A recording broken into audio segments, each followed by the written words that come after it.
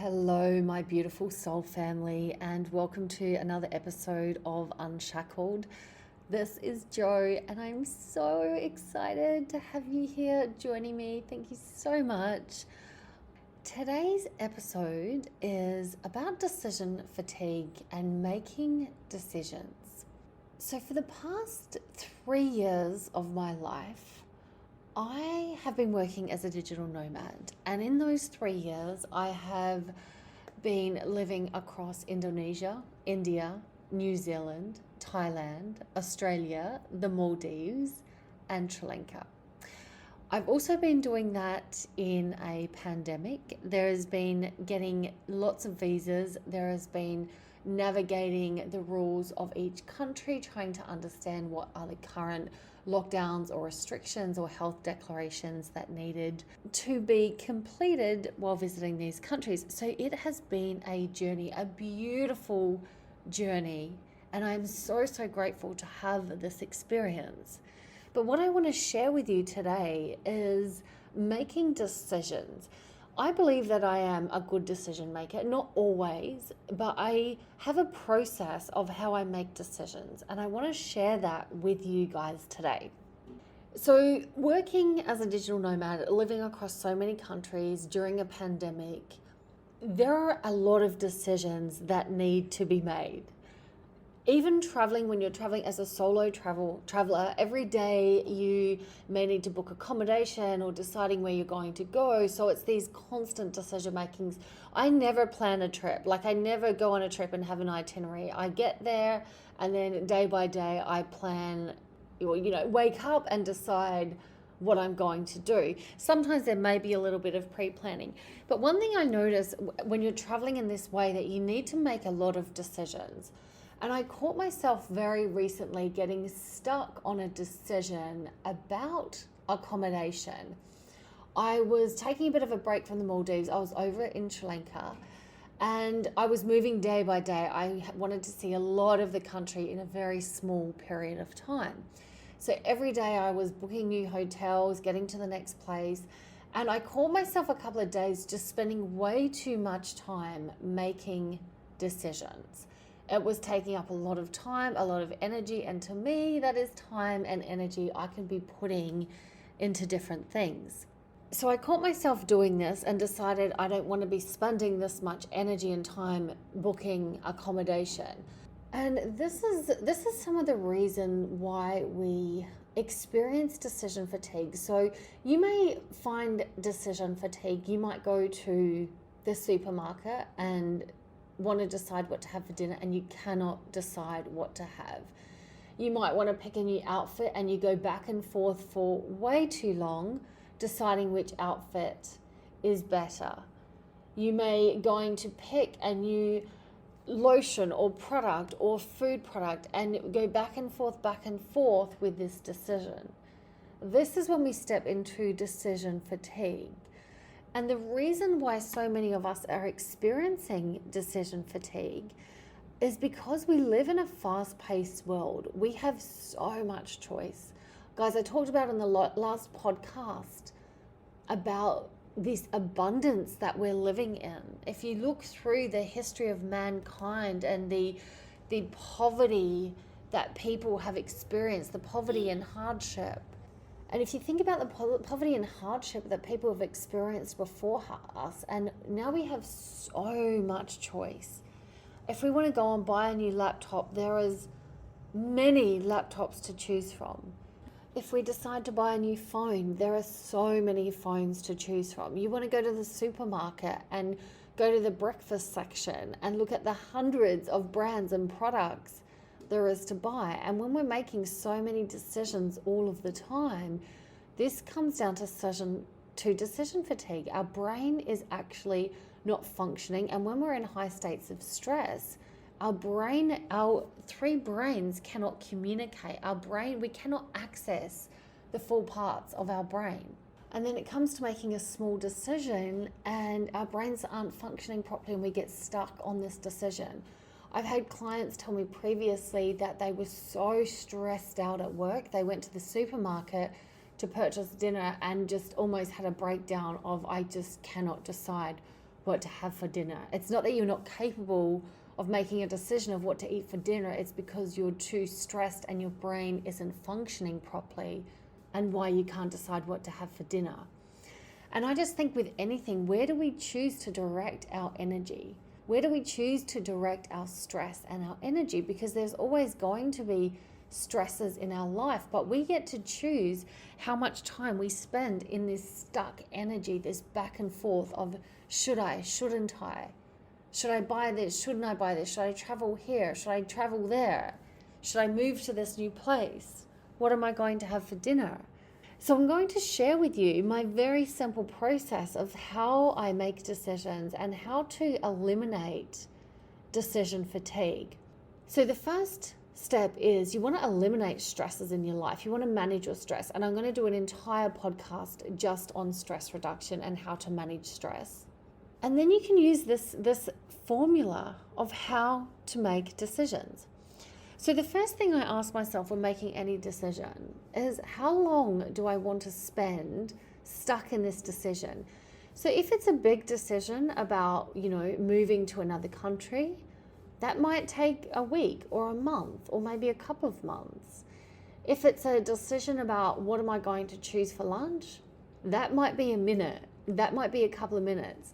I have a good friend of mine, and it always took her so long to decide what to have, and she would sit there and go back and forth and weigh everything up.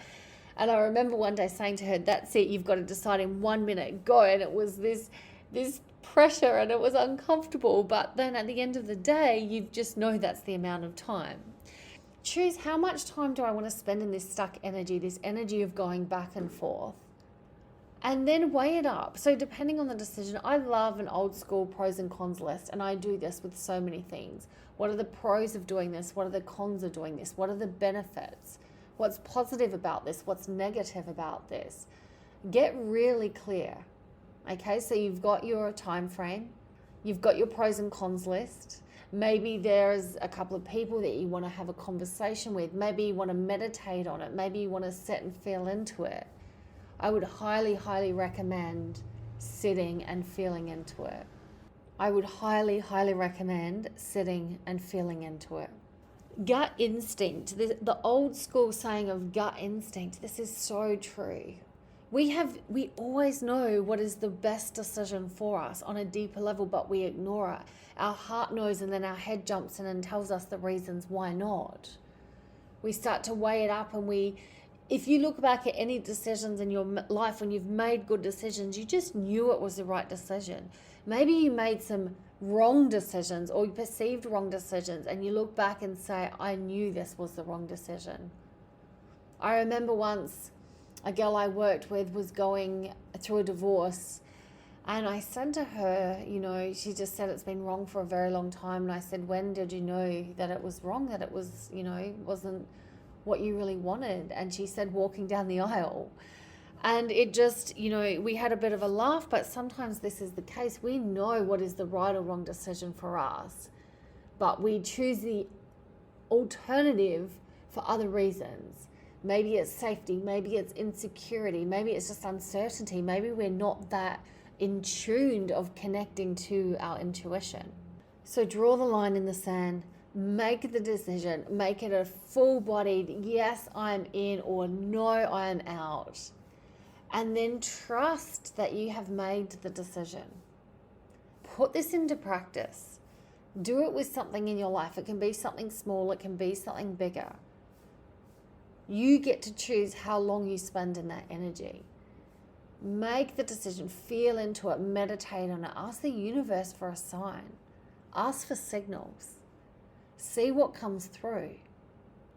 Make the decision and then trust yourself. Trust you have made the right decision for you. And the thing is, even if you haven't, it's still the right decision because there was something you needed to learn from that or something you needed to experience in that. Last week we talked about failing forward and trusting that your perceived failures are still a step in the right direction because you gave it a go. It's the same with decisions. Trust that you've made the right decision. And if you haven't, trust that that was something that you needed to experience, you needed to go through. Take the lessons and the learnings and the growth and the expansion, and what good can come from this circumstance. And the thing with making decisions, it's like you want to grow your decision-making muscle. If you go to the gym and do a workout, you don't build a bulging bicep in one day. You do it and it's a little bit painful, and then you go back and you do it again and it's a little bit less painful, and you go back again and again, and this repetition is what gets you results. This repetition is what starts to build the muscle. It's the same with the decision-making muscle. The more you do it, the more you make the right decisions, the more you make quick decisions, the more you will build this decision-making muscle, and the more you will begin to trust yourself. It gets easier. You learn to trust your intuition. When you make a decision from this full-bodied, yes, I know this feels good for me, the more you do that, the more you will begin to trust yourself. I did this recently. So right now I'm in Sri Lanka, and things here are a little crazy. The government has been quite corrupt. They're experiencing massive inflation. Petrol is through the roof. People can't afford to buy food, and the country's starting to protest and riot because it's been going on for too long. The Sri Lankan rupee is just declining every day. So it's been a little chaotic and really upsetting for people. So when I came here, I was planning on staying indefinitely, maybe a few months, maybe a year. That is the beauty of being a digital nomad. But I'm having a lot of internet connections, and there's other thing which isn't making it as easy for me to stay here. To make the decision, it was time to leave quicker than I was expecting. So I'm deciding what country is next, and I've been got back and forth and weighing it up and thinking about it. And then this morning when I was walking on the beach and I was thinking of one particular country, it just felt like a full-bodied, yes, that feels good, that feels right. So I can take that, and then I can go away and I can continue to go back and forward all day on it, or a week or a month. Or I can just know yes, that felt like a yes, I'm in, that feels good, that feels expansive, that feels like the next best move. I'm running with that, I'm trusting that. I'm going to make it happen. So my beautiful soul family, that is it for another episode. Thank you so much for tuning in. I would love to hear how this lands for you. Please connect with me on Instagram if we're not already connected. I am .joedraper. You can visit my website, joedraper.com. Let me know how this lands. Let me know if there is anything you would like me to speak on. What is going on for you now? Is there something that you would love some coaching around? Send it through, and if I can, I will deliver it in the podcast format. If you got something out of this, please share. If you've got any friends or family that could benefit from this, please share. If you would love to share it on your socials, I would be so grateful. Thanks so much, guys, for tuning in, and I look forward to connecting again soon.